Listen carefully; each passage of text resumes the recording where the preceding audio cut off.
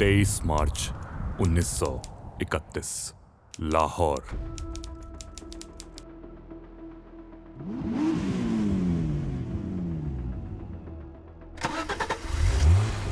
हिंदुस्तान के इतिहास में इस तारीख का मुकाम और इसकी अहमियत बहुत बड़ी है।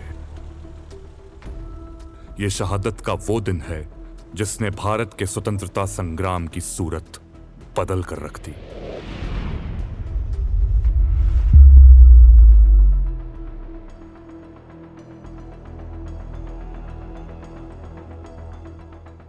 With the scales of justice now tipped by the weight of evidence and argument, the tribunal delivers its verdict. Bhagat Singh, Sukhdev, and Rajguru are found to be guilty of crimes against the state under Section 121 and Section 302 of the Indian Penal Code and Section 4B of the Explosive Substances Act.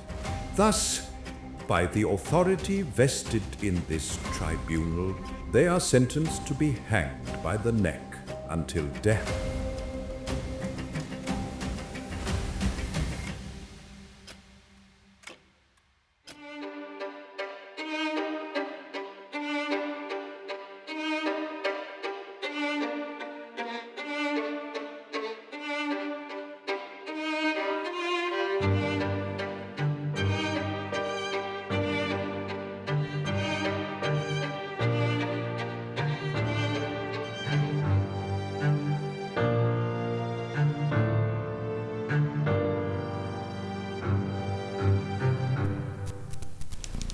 अक्टूबर 1930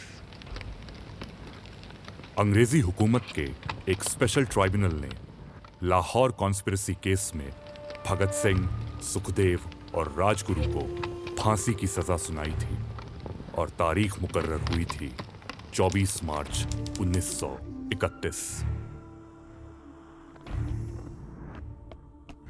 मुकर्रर तारीख से एक दिन पहले Lahore conspiracy case में junior defence council के ओहदे पर काम करने वाले और भगत सिंह के वकील प्राणनाथ मेहता आज भगत से आखिरी दफा मिलने आए थे। मगर वो हैरान थे। वो हैरान इस बात से थे कि भगत सिंह के कारागृह तक पहुंचने वाले रास्ते के दरमियान पड़ने वाली सभी कोठरियों से सारे के सारे कैदी नदारद थे।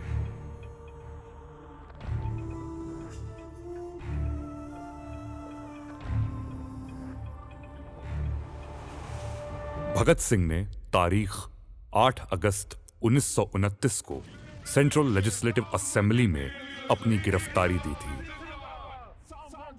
और अब उन्हें जेल में रहते हुए तकरीबन 1.5 साल पूरे हो गए थे। मेहता ने महसूस किया कि भगत ने जेल की इस मुश्किल तरीन जिंदगी में खुद को पूरी तरह ढाल लिया है। कोठरी की हालत जर्जर थी,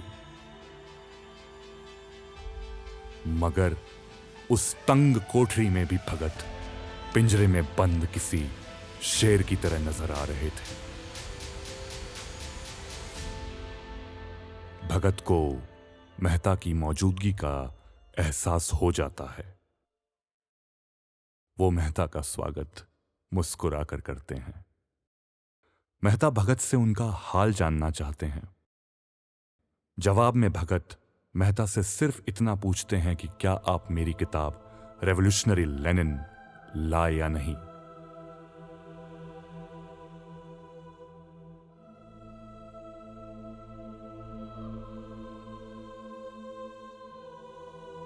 अपनी मनचाही किताब पाकर भगत सिंह प्राणनाथ मेहता का शुक्रिया अदा करते हैं। मेहता को उम्मीद थी कि भगत उनसे और भी बातें करेंगे, मगर इस वक्त भगत का सारा ध्यान सिर्फ और सिर्फ अपनी किताब पर था। वो मेहता से बिना कुछ कहे उनके सामने ही रेवोल्यूशनरी लेनिन के अध्यायों को पढ़ना शुरू कर देते हैं।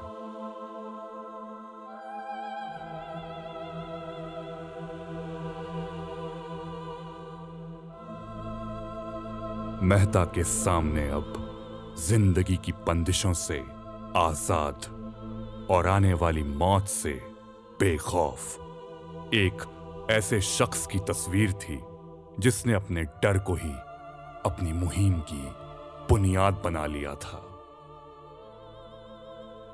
कोठरी संख्या 14 में नुमाया इस खामोशी से हार कर आखिर में मेहता खुद ही भगत से पूछ लेते हैं, वतन वालों को कोई संदेश देना चाहोगे भगत? वतन वालों का ही तो सब कुछ है मेहता साहब। बहरहाल सिर्फ 2 संदेश, इनकलाब जिंदाबाद, साम्राज्यवाद मुर्दाबाद। और हां, पंडित जी और नेताजी को मेरे केस में खासी दिलचस्पी दिखाने के लिए मेरा शुक्रिया जरूर कह दीजिएगा। वो जिंदगी जो कुछ ही देर में मौत की मंजिल पर पहुंचने के लिए अपने अंतिम सफर का आगाज करने वाली थी, भगत उस जिंदगी के शुक्रगुजार थे। वो दोबारा इसी जमीन पर जन्म लेकर इसकी शान में एक और दफा कुर्बान होने के ख्वाहिशमंद थे।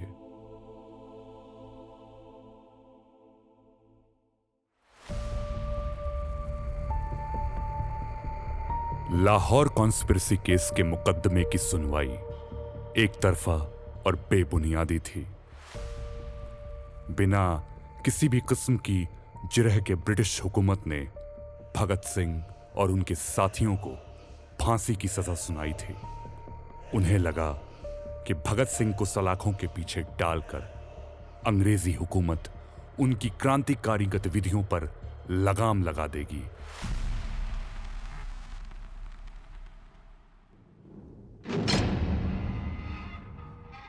लेकिन भगत सिंह ने अपने विचारों की ताकत से हुकूमत बरतानिया के कटघरों और सलाखों को अपने पैगाम को अवाम तक पहुंचाने वाले एक मजबूत मंच में तब्दील कर दिया।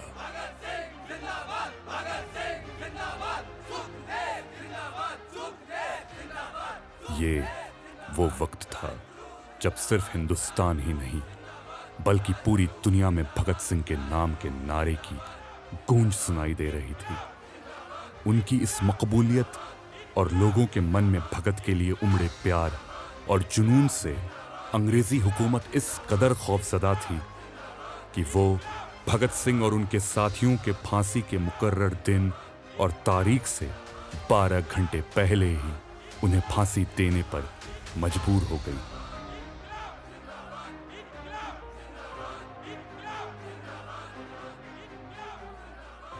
अंग्रेज सरकार ने अपने जिन नुमाइंदों को भगत सिंह और उनके साथियों पर निगरानी रखने के लिए, उनकी हिम्मत को तोड़ने के लिए तैनात किया था, वो नुमाइंदे भी हुकूमत की इस गिरी हुई हरकत की वजह से अब अपनी ही नजरों में गिरा हुआ महसूस कर रहे थे।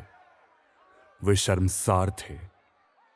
शर्मसार थे कि वो भारतीय होकर भी अपने ही नौजवानों के साथ ऐसा विश्वासघात करने जा रहे हैं।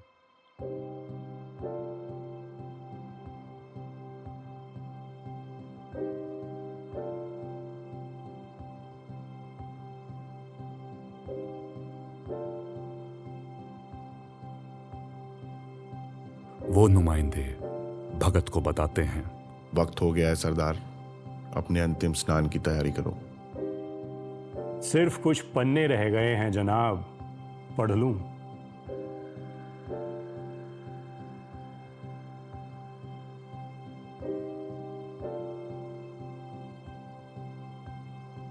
अंतिम स्नान के बाद तीनों क्रांतिकारियों भगत सिंह, सुखदेव और राजगुरु को काले लिबास दिए गए।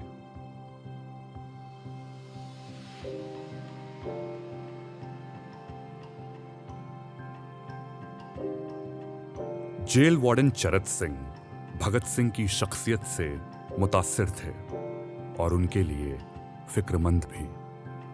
बकौल भगत इनकलाबियों को मरना ही होता है।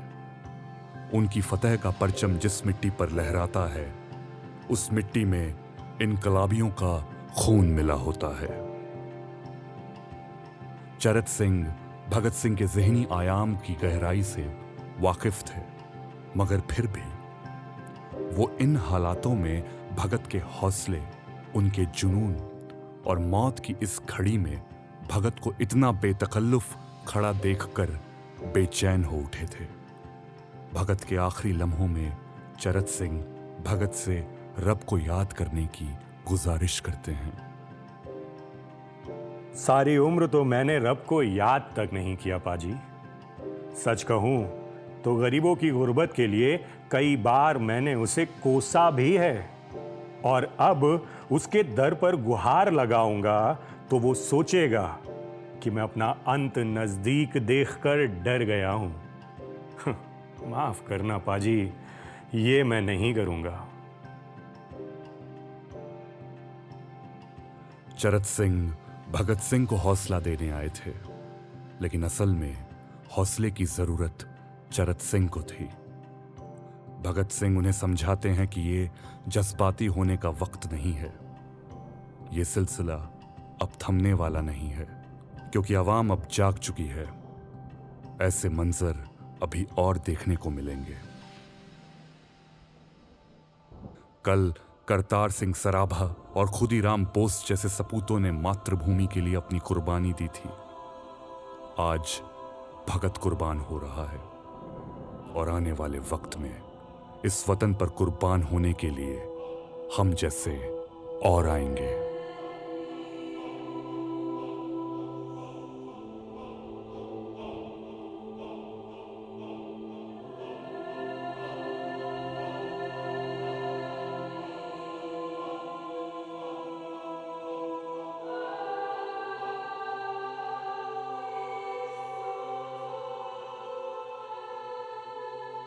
इसके बाद भगत सिंह, सुखदेव और राजगुरु, इन तीनों का वजन लिया जाता है।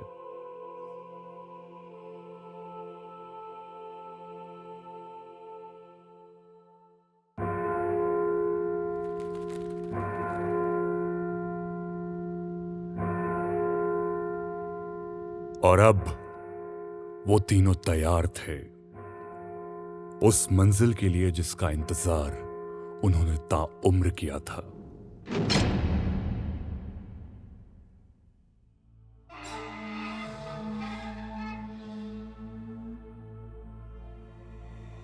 माने ए इजहार तुमको है हया, हमको अदब। कुछ तुम्हारे दिल के अंदर, कुछ हमारे दिल में है।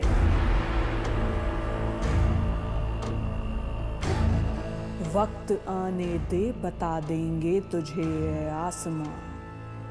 हम अभी से क्या बताएं, क्या हमारे दिल में है।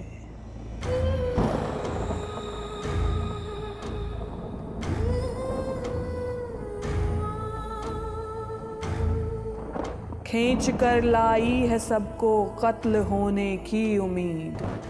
आशिकों का आज जमघट कूचा एक कातिल में है।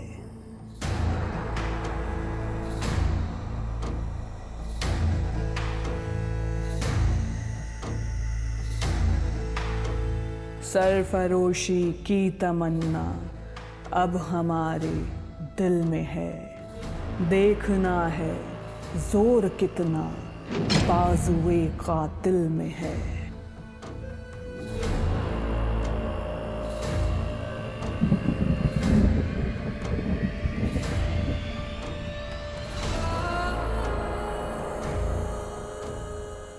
सरफरोशी की तमन्ना अब हमारे दिल में है। देखना है जोर कितना बाजुए कातिल में है।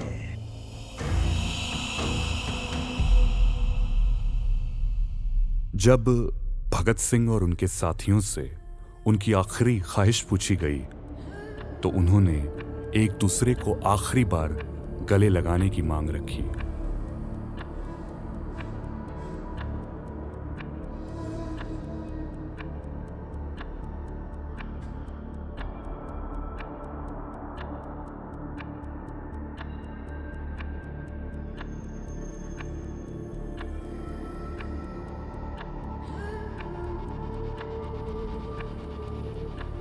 वो अपनी थमने वाली सांसों से पहले इस गुजरते हुए लम्हे में अपनी दोस्ती को इस जहान से उस जहान तक ले जाना चाहते थे।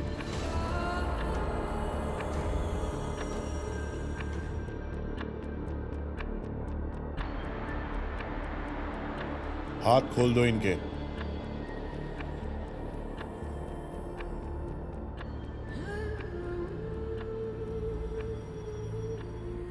एक दूसरे को गले लगाकर वो तीनों ये वादा करते हैं कि बहुत जल्द वो फिर मिलेंगे।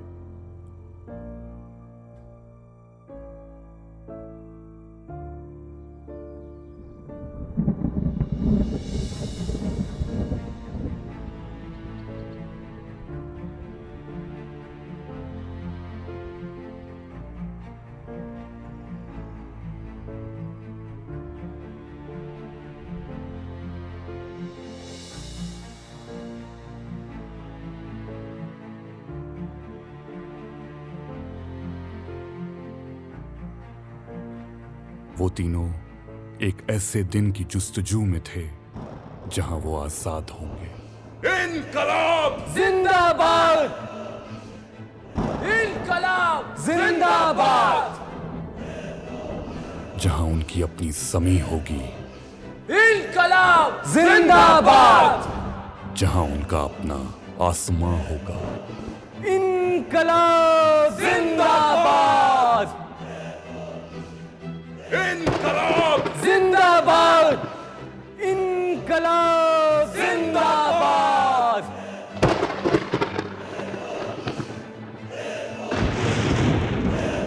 भगत ने अपनी मां से वादा किया था कि वो फांसी के तख्ते से इनकलाब जिंदाबाद का नारा जरूर लगाएंगे, और वो वादा उन्होंने निभा लिया था।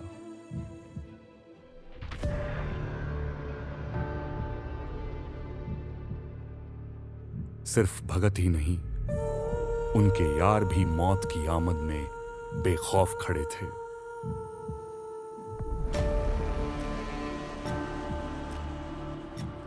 फांसी की कार्यवाही को अंजाम देने के लिए हुकूमत के आला अफसर वहां मौजूद हवलदारों को तीनों क्रांतिकारियों के हाथों और पैरों को दोबारा बांधने का हुक्म देते हैं।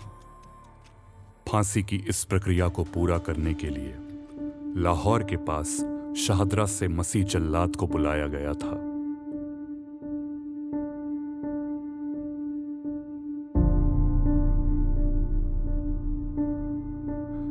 ये वो लम्हा होता है जब लोगों के जिस्म से पहले उनकी रूह टूट जाया करती है। दिलो दिमाग पर एक ऐसी वहशत हावी होती है जो साए की तरह हमारे अंदर दाखिल हो जाती है।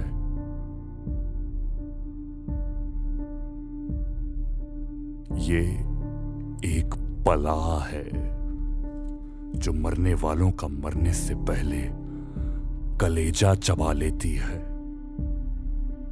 अपनी छोटी सी जिंदगी को भगत और उनके यारों ने पूरी शिद्दत के साथ जिया था। अफसोस सिर्फ इतना था कि इस जिंदगी में सुबह के सूरज को उन्होंने कभी आजाद नहीं देखा था। मौत ने आहिस्ता आहिस्ता उन्हें अपनी आगोश में ले लिया।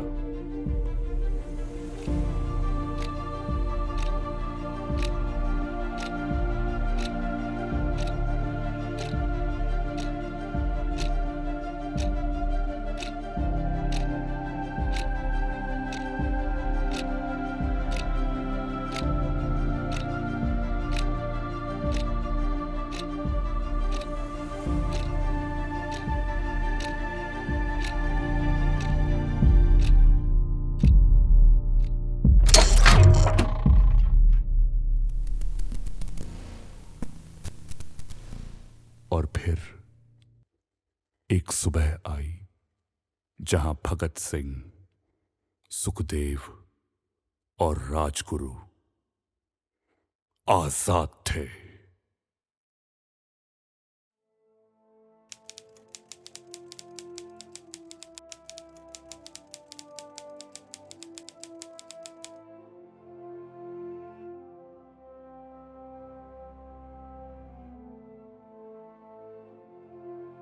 Long years ago, we made a tryst with destiny, and now the time comes when we shall redeem our pledge, not wholly or in full measure, but very substantially.